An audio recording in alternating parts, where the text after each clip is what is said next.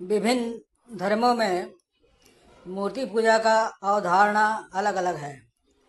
हिंदू धर्म में मूर्ति पूजा करने वाले और निरंकारी दोनों ही मत के लोग हैं। मूर्ति पूजक देवी देवता की मूर्ति बनाकर और उसमें प्राण प्रतिष्ठा डालकर पूजा करते हैं। वे देवी देवता के मूर्ति के माध्यम से ईश्वर से अपना संबंध स्थापित करते हैं और भक्ति व्यक्त करते हैं, जबकि निरंकारी ईश्वर को निराकार मानकर पूजते हैं। निरंकारी हिंदुओं का मत है कि ईश्वर का कोई भौतिक रूप नहीं है। वे ईश्वर को निराकार, सगुण और अनंत मानते हैं, जिसका कोई आकार नहीं होता है।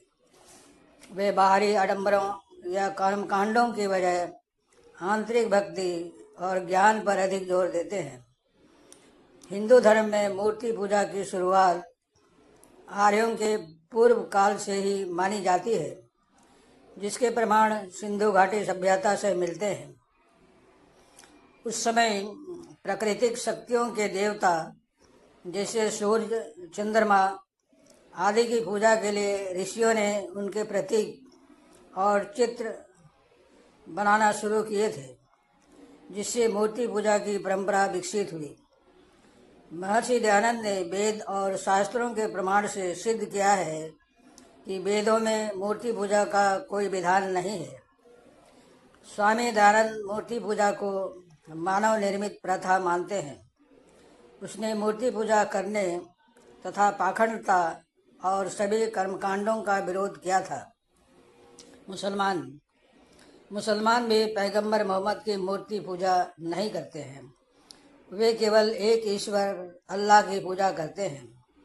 कुरान में अल्लाह के लिए कोई भी रूप या चित्र नहीं बनाया जा सकता है और पैगंबर मोहम्मद की तस्वीरें या मूर्तियां बनाना मूर्ति पूजा के समान माना जाता है और इसे निषिद्ध समझा जाता है। ऐसा करना अल्लाह का अपमान माना जाता है।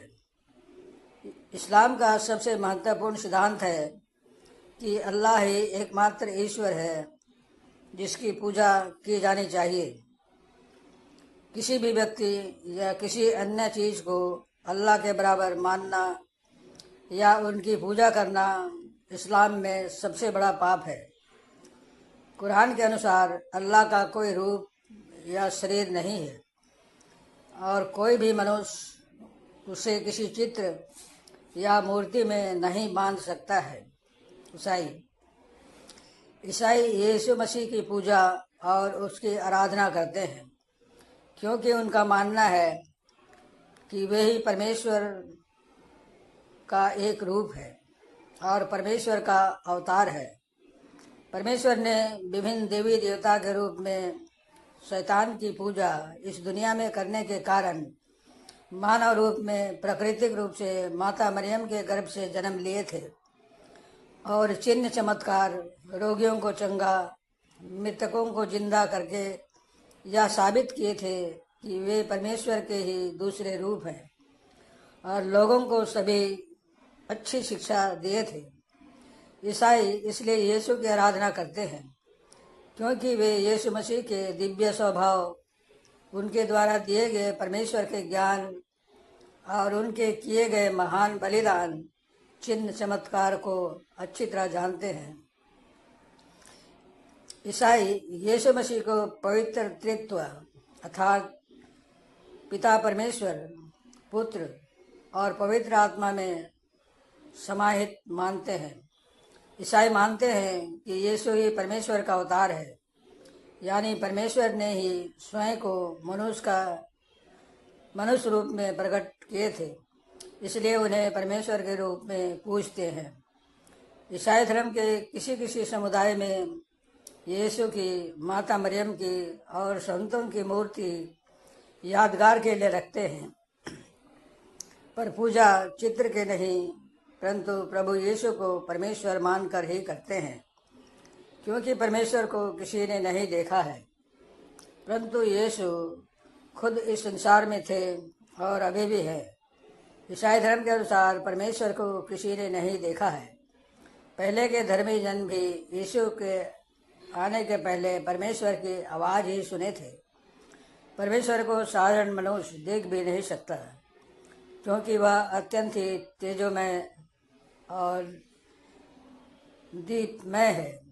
ईसाई में भी मूर्ति पूजा को शैतान की पूजा बताया गया है, क्योंकि पहले के लोग परमेश्वर को छोड़ अन्य देवी देवता की ही पूजा करते थे, जो परमेश्वर का रूप था ही नहीं, और परमेश्वर ने उन्हें दंड भी दिए थे।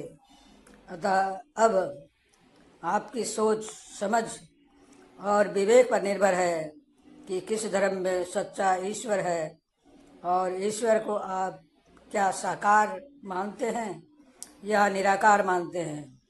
यहाँ पर यह स्पष्ट है कि धर्म मनुष्य के अच्छाई के लिए ही है। समाप्त।